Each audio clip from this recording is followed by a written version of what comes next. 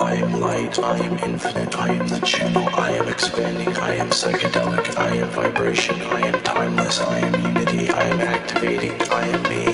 We are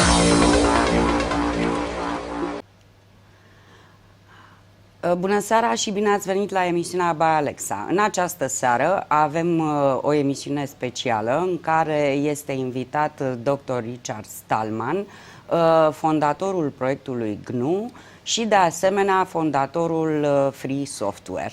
Good evening, Richard. Welcome at Nașul TV. Thank you. I think in Romanian it's program liber or something like that? Yes, it's a free program. Yes, because it's really important to say it using your superior Romanian word, which only means free as in freedom. Yes, yes, if you it's use very the English important. word free, you get the ambiguity of that English word. What good is that? We consider that we are free if we used our freedom. So, Richard, what can you tell us about yourself? Well, I was an operating system developer, and in 1983, I saw that all the operating systems had become proprietary. That means the users had no control over them. So I decided to correct that problem by writing another operating system and making it free, freedom-respecting software. And that system is GNU, and now it's used in millions of computers. So we have made a step forward for freedom. A big step. Well, it's a pretty big step, but we have to make several more big steps if we want the users of computers to be free. What is the free software and why does it matter? Well, first of all, free software is liber, not gratis. It's a matter of freedom, not price. So think of free speech, not free beer, if you want to understand free software.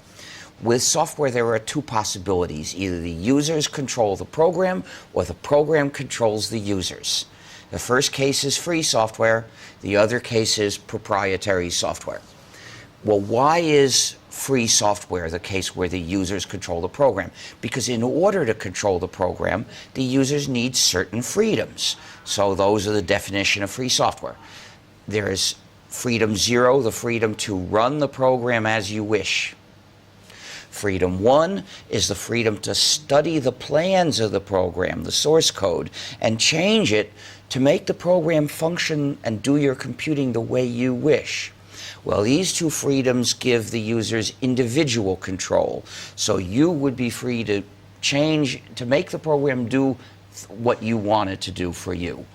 But individual control is not enough. For one thing, because most users aren't programmers. Like, you're probably not a programmer. You wouldn't know how to change a program. If we just gave you individual control, it wouldn't be enough. We need collective control too, which means any group of users could work together to maintain their version of the program and make it do what they together wish. And then they could also invite other people to use their version. In order to have collective control, we need two additional freedoms. Freedom 2 is the freedom to redistribute exact copies. And freedom 3 is the freedom to distribute your modified versions. So these allow the people who choose to make a group to work together and also to invite everyone else. And when I say a group, that group could be 2 users, it could be a whole country, or anything in between. So the effect is, with free software, the users control their computing. But if they don't have these freedoms, then the users don't control the program and they don't control their computing. Instead, the program controls the users and the owner controls the program. Sorry, the owner controls the program and the program controls the users. And so, in effect, this program is an instrument giving the owner power over the users. This is injustice. This is why non-free software should not exist. And our goal is to help everybody escape from non-free software and come to the free world. come to the free world. How much is the GNU software used worldwide today? It's not easy to measure that, because after all, anybody can redistribute it, anybody can run it or not, and they don't have to tell us. So nobody, because people are free, we can't count them. But we know that there are parts of the world where the public schools have switched to free software. For instance, there are two regions of Spain, Extremadura and Andalusia, where the public schools switched to free software. In part of India called Kerala, which is a state with some tens of millions of people in it, the public schools have switched to free software. Ecuador is working on switching the public schools to free software. I don't know how far they have got. So, the city of Munich is very happy with switching to the GNU plus Linux operating system. So these are just some examples. Obviously, there are a lot more, but I don't know who they are. And in Romania? Well, there are users of free software. There's a group called CETA, which campaigns for free software in Romania. But I don't know how many people or how many companies use free software. Okay. Should we make it our goal to spread computer literacy? That goal can be good or bad. It depends whether you're teaching people to use free software or proprietary software.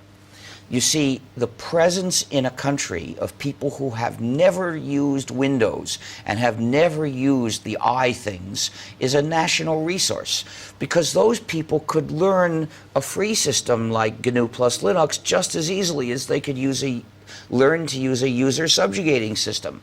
Teaching them Windows or the I things is destroying and wasting this resource. So when we consider the idea of including people in a digital society, we have to ask, is it a free digital society or is it a tyrannical one? And including people in the free digital society is good. Including them in a tyrannical digital society is bad. And so when the software tyrannizes the users, I say the goal should be digital extraction, not digital inclusion. Is technology progress a good thing? It can be or not. You see, innovations are good for us if we get to decide which ones we use, because then we won't use the ones that are bad for us, and all the ones we use will be good for us, or at least we'll think they are. We could be mistaken, but usually we won't be. However, that's not the way it is nowadays. Nowadays, companies are deciding which innovations to foist on us. And they choose the ones that are good for them, and that's not necessarily good for us. But they decide what choices we get. So they might say, you get to have this convenience if you accept total surveillance. Or they might even set up the total surveillance without giving us any convenience. So there are a lot of innovations which are simply harmful to society. Maybe governments decide they want these innovations, and those governments may not care about our freedom. I read recently that the US has developed a camera with gigapixels. It's a digital camera that can watch an entire city at once and see everybody walking around and watch all the cars driving around. The idea is they put this in a drone, and they just keep the drone over the city, and they see everything. Well, this is worse than Stalin could ever do. It's like Orwell. Yes. And so we have to reject the mistaken idea that our goal should be advance of technology. Advancing technology is only a desirable goal when the people control what technology is used in their lives. It's a reverse. People are controlled by the software? Well, with non-free software, if you're using non-free software, then it controls you. Of course, that's not the only way technology can be harmful. For instance, the drones watching the entire city, well, the drone doesn't belong to you, and the software won't belong to you. So it doesn't actually affect you whether that software is free or not. It affects the state. You see, the state is a big user of computers and software. And if the software used by the state is non-free, well, that software controls the user, and the user is the state. So in that case, the state's computing is under the control of the owner of that program through that program. And that is another kind of injustice. Yes. So the state is supposed to exist to serve the people. The purpose of the state is to organize society for the freedom and well-being of the people. And every state agency exists to do a part of this job. Well, these state agencies often do computing, and they do it for the people, and they often do it about the people. Well, it's their duty, their responsibility to maintain full control of that computing and never let it fall into private hands. Because if it falls under private control, then the state can't assure that it's done right for the people. It can't fulfill its duty. So the use of any non-free program in a state entity, which includes state agencies, but also some other kinds of entities controlled by the state or set up by the state, well, that is a dereliction of the state's duty. However, when the state sets up a system like a drone to watch the whole city, or cameras in all the streets to watch the whole city, they're using technology to oppress the people.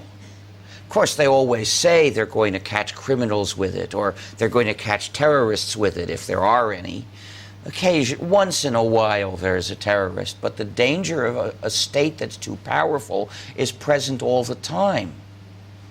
The state is much more powerful than some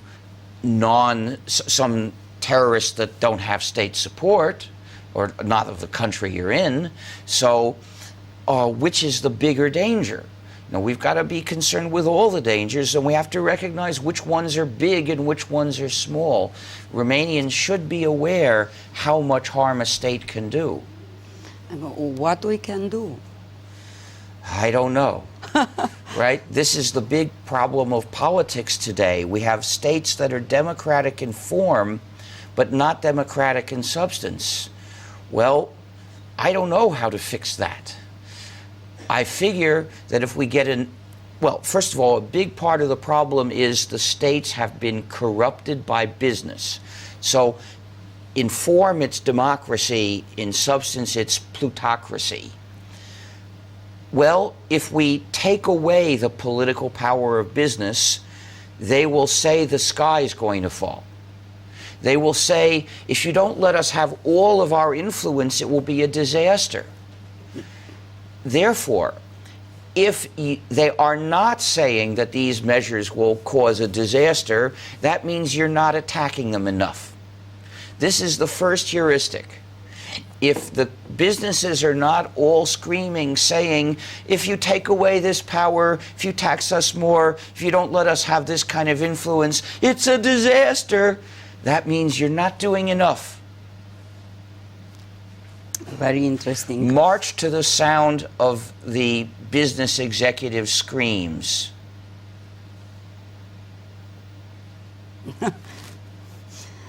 It's how can using network services can harm our freedom?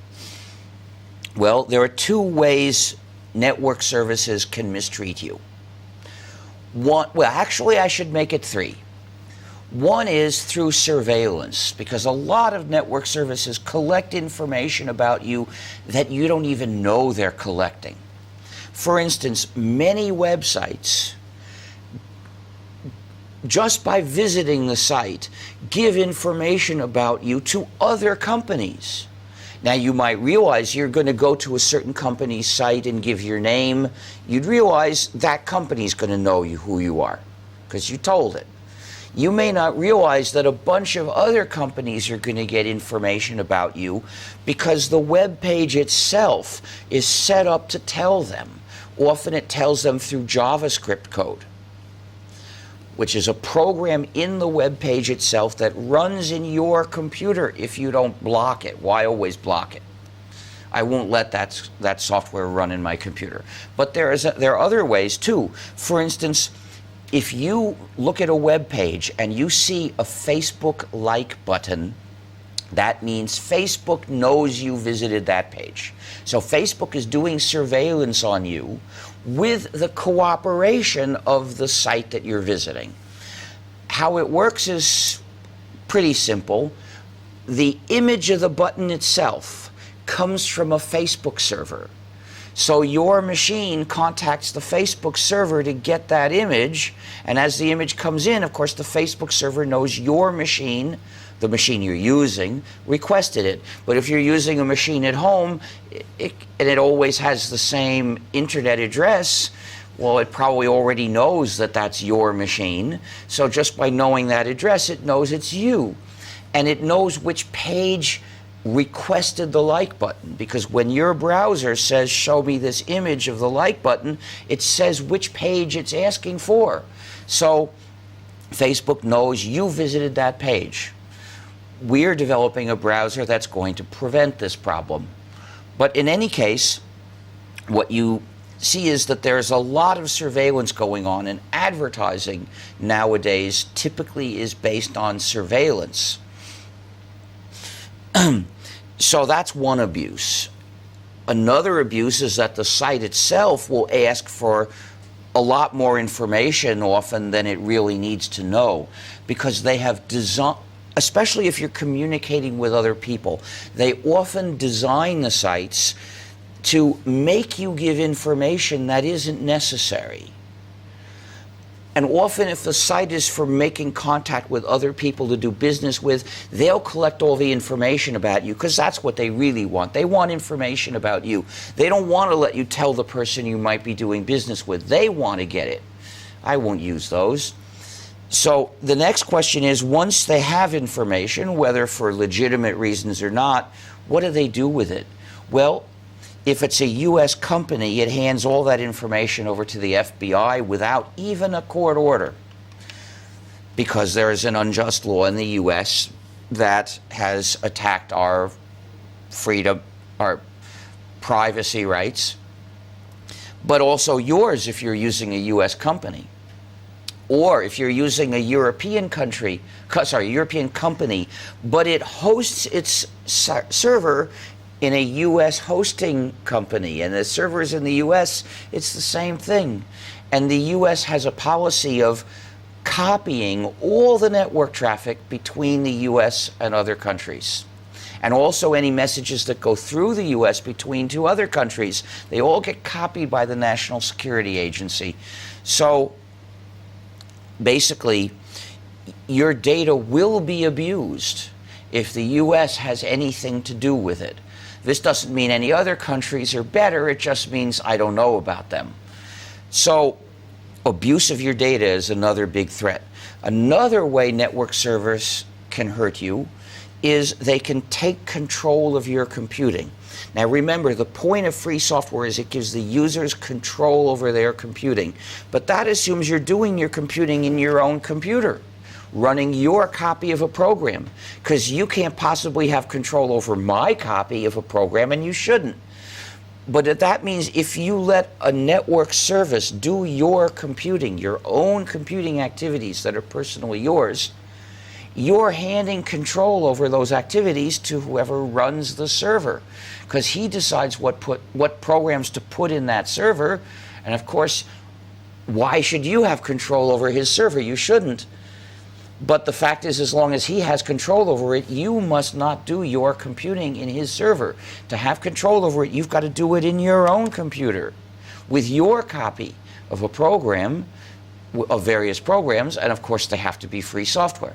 So there are two ways you can lose control of your computing. You can lose control if the programs you're running are proprietary, because then the users don't control them, they control you. But you also lose control if you hand your computing jobs over to servers. Now, the European Union is considering an update to its data protection law. The data protection directive actually was drawn up at a time when the way companies got data about you is you would write it on paper and mail it to them, and they would have somebody type it in and put it in their own computer. So the data protection directive makes sure they respect your privacy with the data they've got in their own computer. But it fails to cope properly with today's computing practices. For instance, it doesn't handle the problem that just by looking at the website, the companies set it up that you give information to other companies. Those companies didn't get it from them, they got it straight from you, but that company which runs the website set it up so that you would give the information to the other companies without your even knowing. Well, the Data Protection Directive should ban that. The next step is that if they host their server in the US, or if it's a US company, you know, whatever, also, but if it's a European company and it hosts its server in the US, they're effectively giving all that data to the US government, which doesn't obey EU data protection either.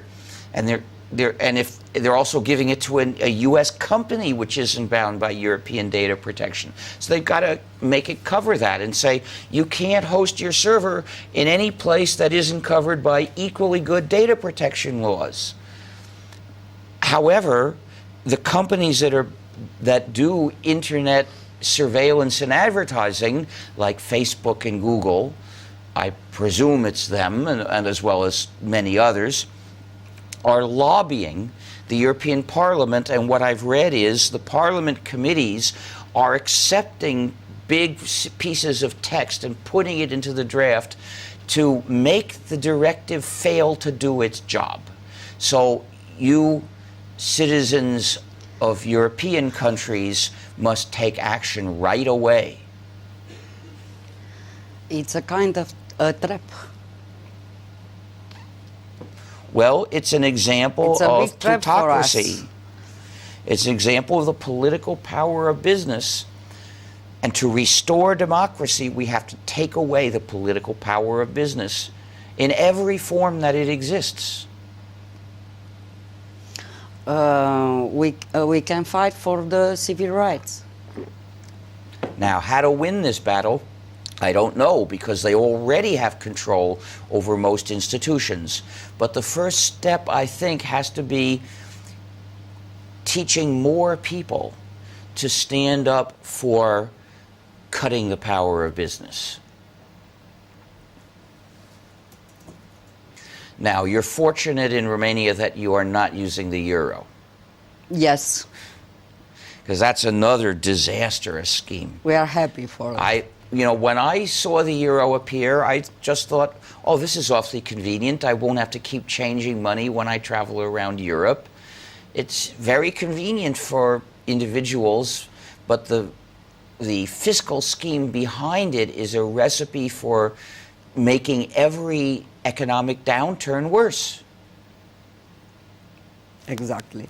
What about the software in cell phones? Well, a cell phone today is a computer. Now, it could be a smartphone, which means that users are invited to install software in it. Or it might be a non-smartphone, which means the users can't install any software in it. It just has what it has. But in all cases, it's software. It's a computer running software, and that software can be changed by somebody else. So even if you can't install software in your phone, there's a company that can remotely install software in that phone. This is called a backdoor. And in fact, it's a particular kind called a universal backdoor. A backdoor means somebody can send commands to your computer and tell it to do things. If they can tell it to change the software, that's a universal backdoor because they can do absolutely anything. First, they just install the changed software to do it, and then they say do it. So they can do absolutely anything to you. And cell phones have been turned into listening devices remotely in this way. In addition, the software has tracking features. On remote command, they will transmit the GPS location information. So these are two malicious functionalities in almost all cell phones. And the only way we could prevent this is if all the software in the cell phone is free. Now, we can't do this at the moment, and the problem is that cell phones have some secret hardware in them.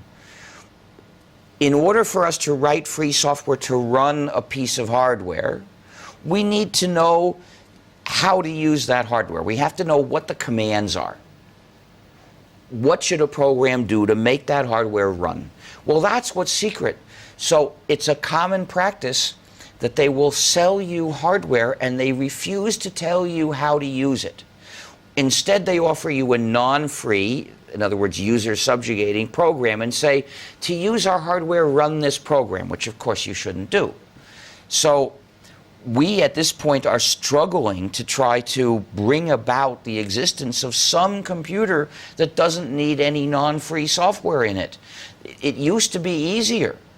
Things have been moving in a direction where even the manufacturer of a chip can't tell people how to use that chip, even if it decides to do so, because it doesn't know, or if it does know, it got the information from another company which said it's not allowed to say.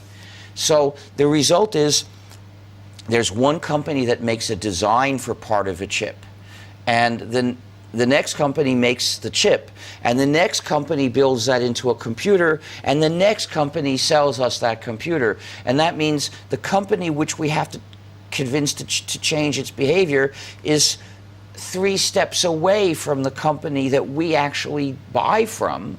How can we pressure them? This is a really bad problem. Yes, it's and I don't know what to do about it. Now, I think it would be good for the European Union to adopt a directive saying anyone who sells you a computer must give you the specs for how software runs the hardware. And that would solve the problem, because all these companies would realize we better change what we're doing, and they would change it. They would change in a year. We come back after publicity.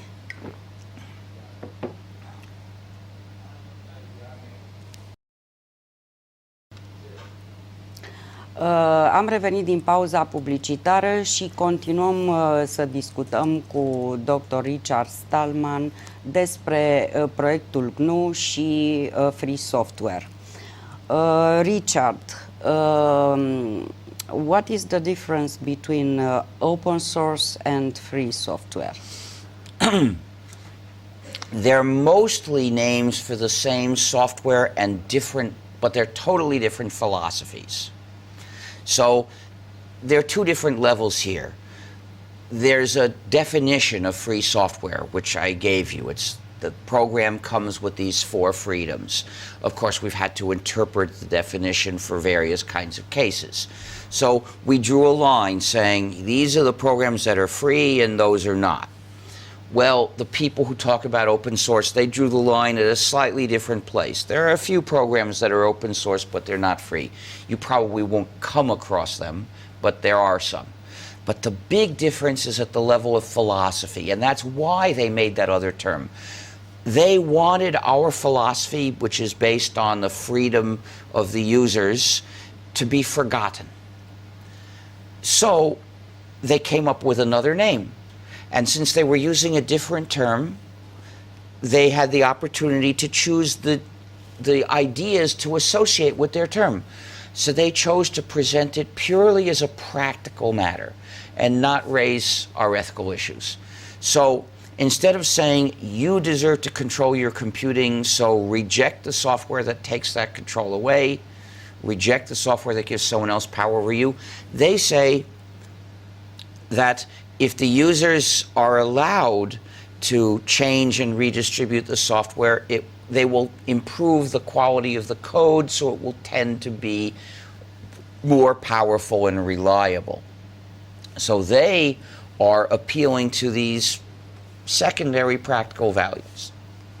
And they don't present it ever as a matter of injustice that we have to end. So that's why I won't use their term. But the problem is there's so many of them, and they have the support of the mainstream media, at least in the US and in some other countries. So the result is the free software movement gets hidden. In the US, you will hardly ever see the term free software except coming from a few supporters of free software. They all say open source. When they talk about me, they give the impression I'm a supporter of open source. In fact, a couple of days ago, I saw an article that called me the open source pope, which is like talking about the Orthodox pope. There isn't one. They don't think we're all wrong. Yes. How can people contribute to the free software movement? Because it's a movement. Yes. Well, one way is, say, programmare liberi. Just by saying that term, you're showing people that this is an issue about freedom. That spreads our philosophical idea. But you can also contribute by doing work in various ways. For instance, there's technically, if you're a programmer, well, go to gnu.org/help and you'll see suggestions for how you can contribute technically. Write software for us, improve existing software. We have a list of high priority projects. But you can also help in the political organizing side of things. You know, you can join Chata and participate in their activities. You can join the Free Software Foundation. You can join FSF Europe. You can participate in our political activities. You can learn to give talks, give speeches about free software and spread the word. And you can write articles about free software issues.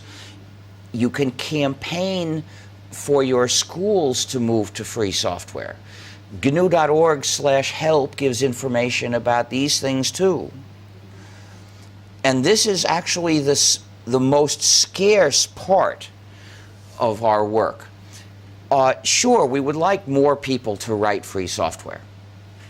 But what we really need more of are the free software organizers and activists. Because after all, there are lots of people who are supporters of open source who are contributing to programs that are free. So in terms of a technical contribution, it doesn't matter what the person's politics are. We're happy to get the contribution. We don't ask, why did you choose to write this? We say thanks. But the people who are supporters of open source, they are not spreading the free software idea. What is the difference between Linux and GNU? Well, most of the time when people say Linux, they're talking about GNU and they don't know it. It's a big confusion that started in 1992. You see, in 1984, I started the development of the GNU operating system. Well, an operating system is a collection of hundreds or thousands of different programs.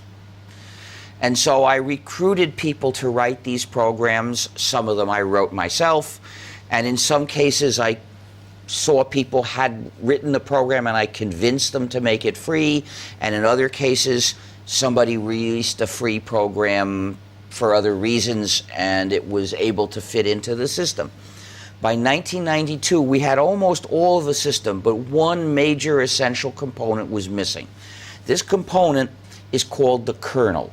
The kernel of the operating system allocates the computer's resources to all the other programs that you run, including the other parts of the operating system, plus your other programs you might have. So we started developing a kernel in 1990. The Free Software Foundation hired a programmer to write our kernel.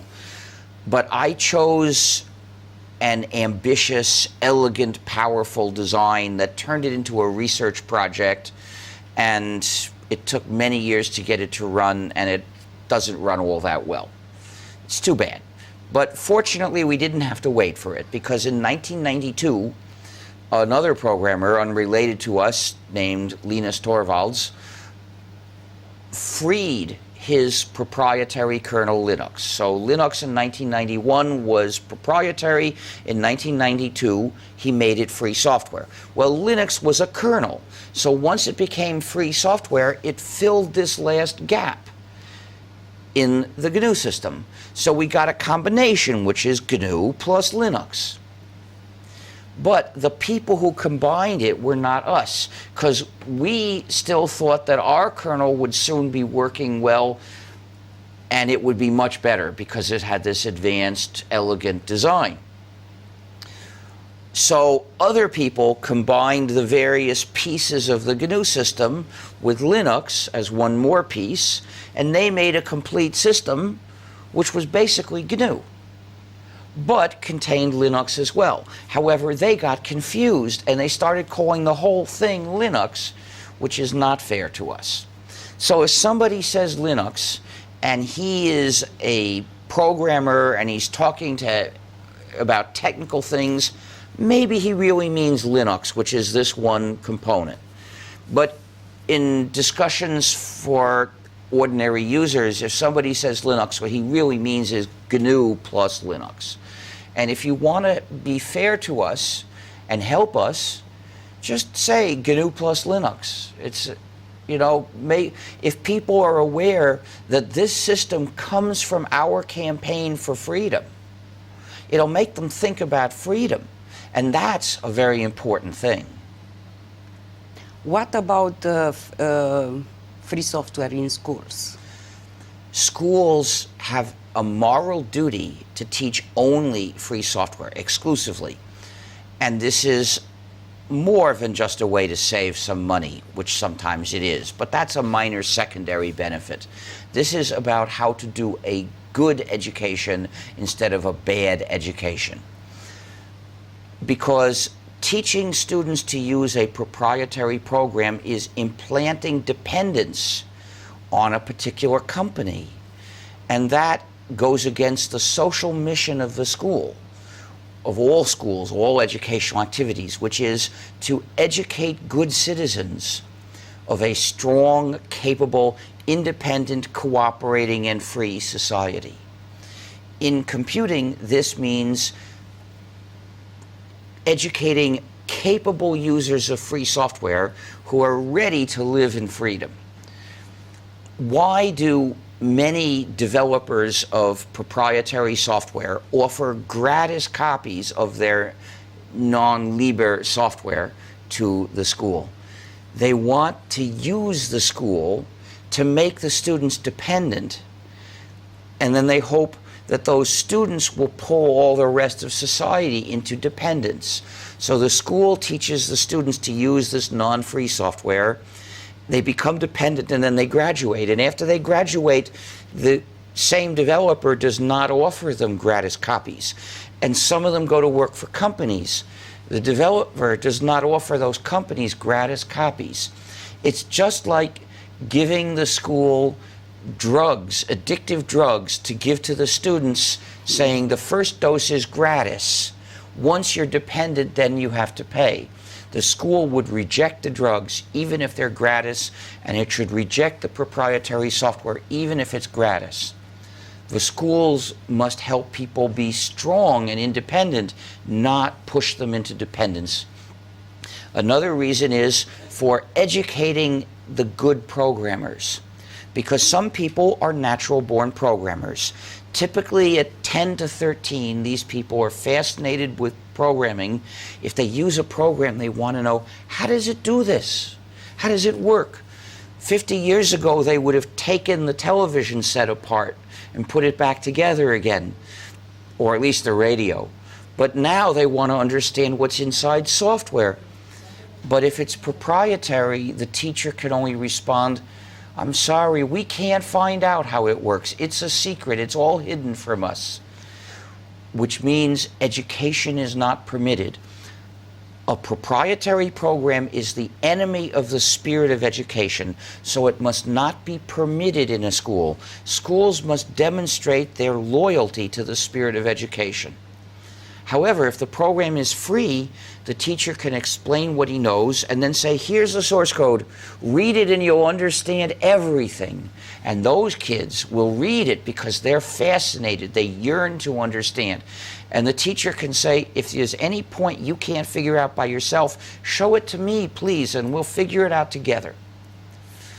Well, that's very important because every time one of these gifted children comes across something that she can't understand, that means it's not clearly written. How do you develop from a natural-born programmer to a good programmer? You have to learn to write clear code that other programmers will be able to understand. And the way you learn that is the hard way. You see some code which is hard to understand, and then you learn, I shouldn't write it that way. That's not good. The way you learn to write good, clear code is by reading lots of code and writing lots of code.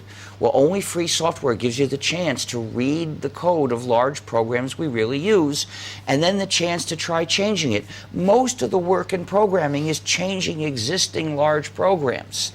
The way you learn to do that is by practicing it. You do it. So you need some existing large programs to change, and only free software is available for that. So every school can offer students the chance to master the skill of programming well, but only if it's a free software school. However, there's an even deeper reason, and that is for moral education. Education in citizenship, which is something badly needed nowadays. Schools have to go beyond teaching facts and skills. They have to teach the spirit of goodwill, the habit of helping other people. So, every class must have the following rule. Students, if you bring a program to class, you may not keep it for yourself.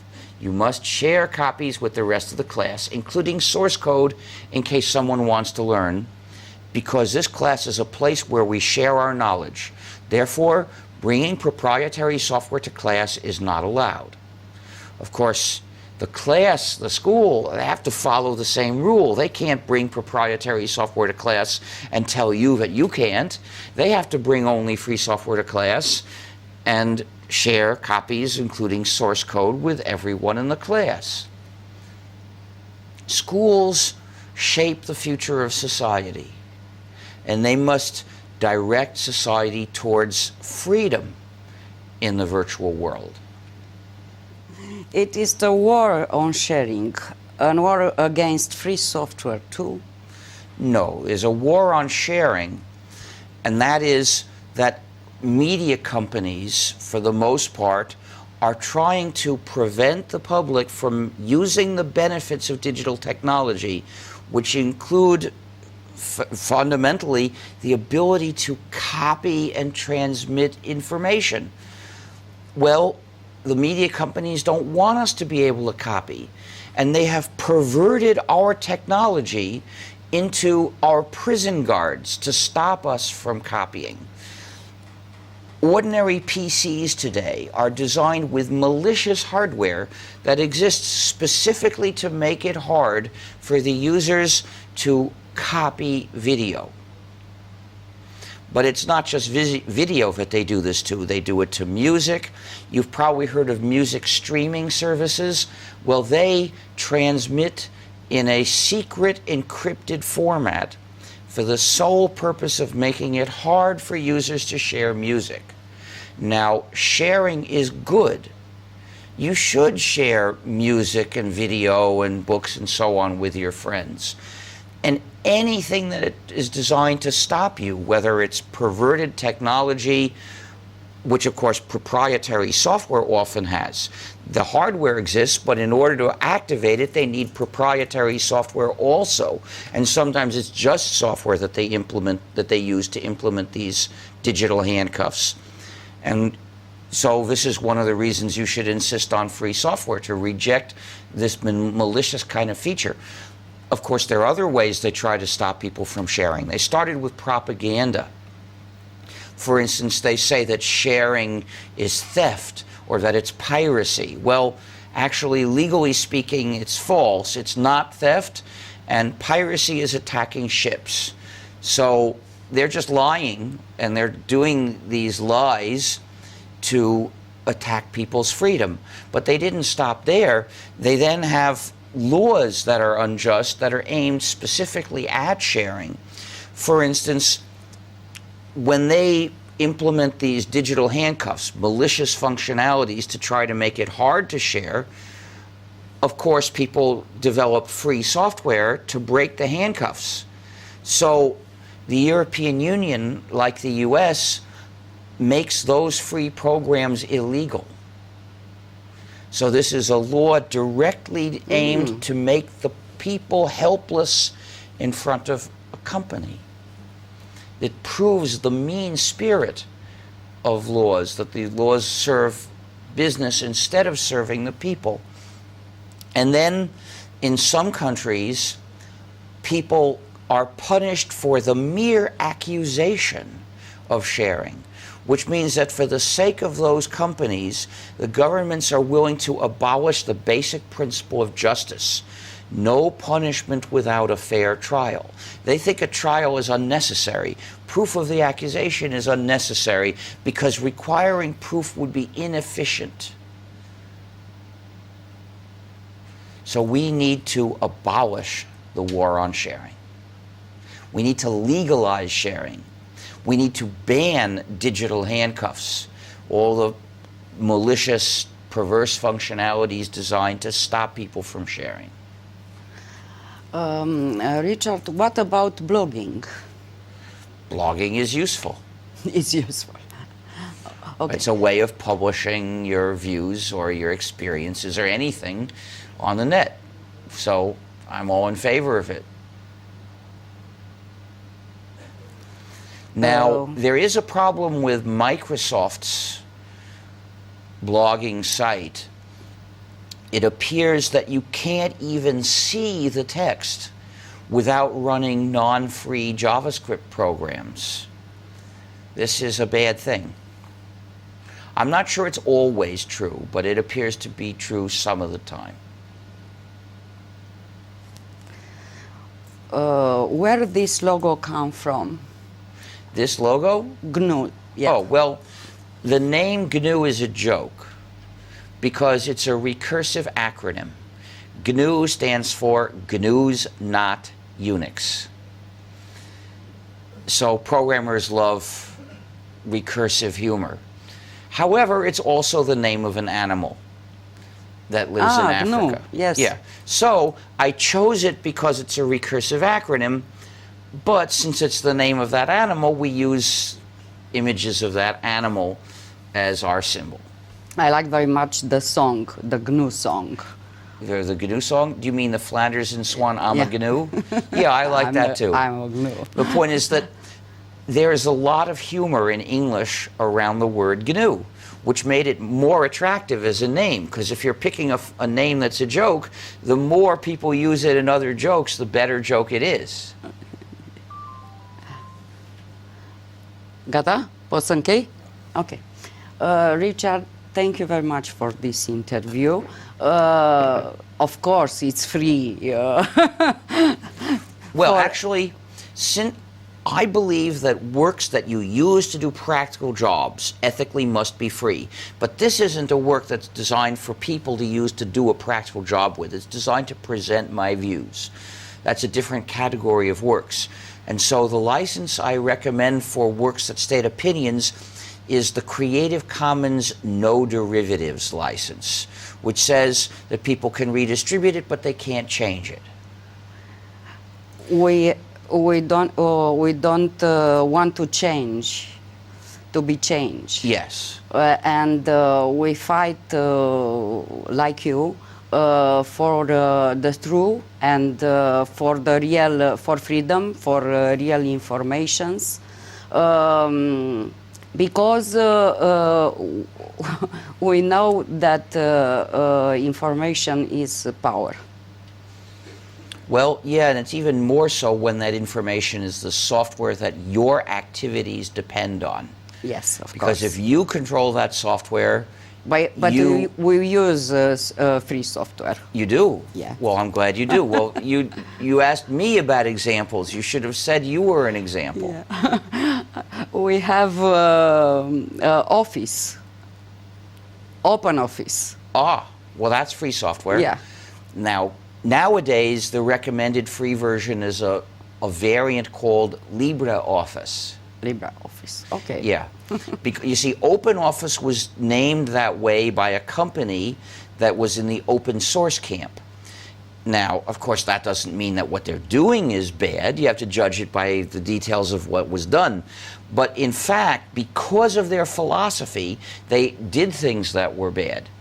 For instance, they had a list of extensions, and in those extensions, they included some non-free extensions. Because they didn't see anything, they weren't driven by an ethical rejection of non-free software. They wanted to make their program as successful as possible. Their own program was free software, but they saw no harm in advertising, suggesting the use of other non-free programs as add-ons. Well, with LibreOffice, the only add-ons they suggest are free, because those people, as their name they chose shows, do care about this as a matter of freedom. Thank you for your advice. Thank you, Richard, again. Thank you very much for this interview. Vă mulțumim și dumneavoastră că ne-ați urmărit. Ne puteți revedea mâine dimineață între 7 și 8. Nu uitați să intrați pe platforma www.nașul.tv, pe pagina noastră de Facebook byalexa.tv sau să ne scrieți la mailul emisiunii byalexa@nașul.tv. Oh, no. Vă dorim noapte bună și nu uitați să fiți iubiți. I am light, I am infinite, I am the channel, I am expanding, I am psychedelic, I am vibration, I am timeless, I am unity, I am activating. Un ritmo de 7 compases. Entonces, si les parece un poco confuso, no es un error. Por ejemplo, es este ritmo.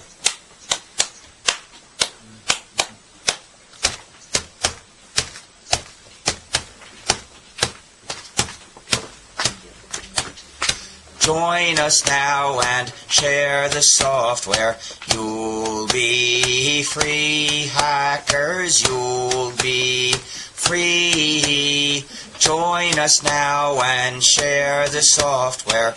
You'll be free, hackers, you'll be free.